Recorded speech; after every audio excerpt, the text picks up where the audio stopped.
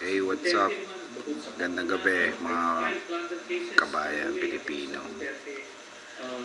Um, well, gusto ko lang po iwatig kasi iba yung nangyayari sa atin ngayon eh. Kakapal na mukha, okay nang ina. PNP, Army, Trillanes, De Lima, Castro, okay nang inang yan. They know better, utang ina. Si Tatay Digong lang ang presidente na alam natin, na alam nyo rin na mas maraming ginawa para sa taong bayan. Passport, driver's license, paglaban sa kriminalidad, mga adik, pusher. Yan ang nagdidiwang ngayon sila dahil bakit? Buhay na naman ang negosyo nila, di ba? Tangina pa, anong kinabukasan ng Pilipinas dito? Anong kinabukasan ng Pilipinas dito? I mean, yes. Masaya na kasi si Tatay nandun na, si Tatay Digong. No? But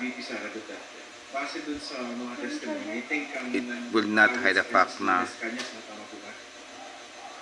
pinaglaban lang niya kung ano man yung dapat para sa pangkalahatan ng mamamayang Pilipino. Human rights?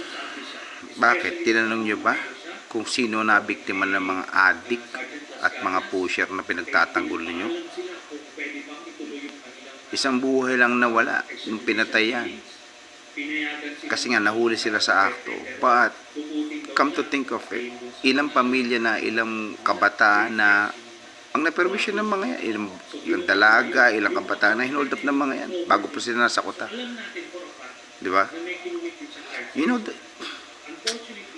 Pilipinas nga naman. Trillanes, kupal ka.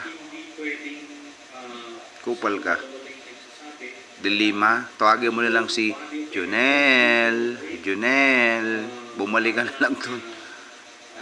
But you can never remove the fact na si Tatay Digong ang pinakamaraming ginawa para sa mamayang Pilipino.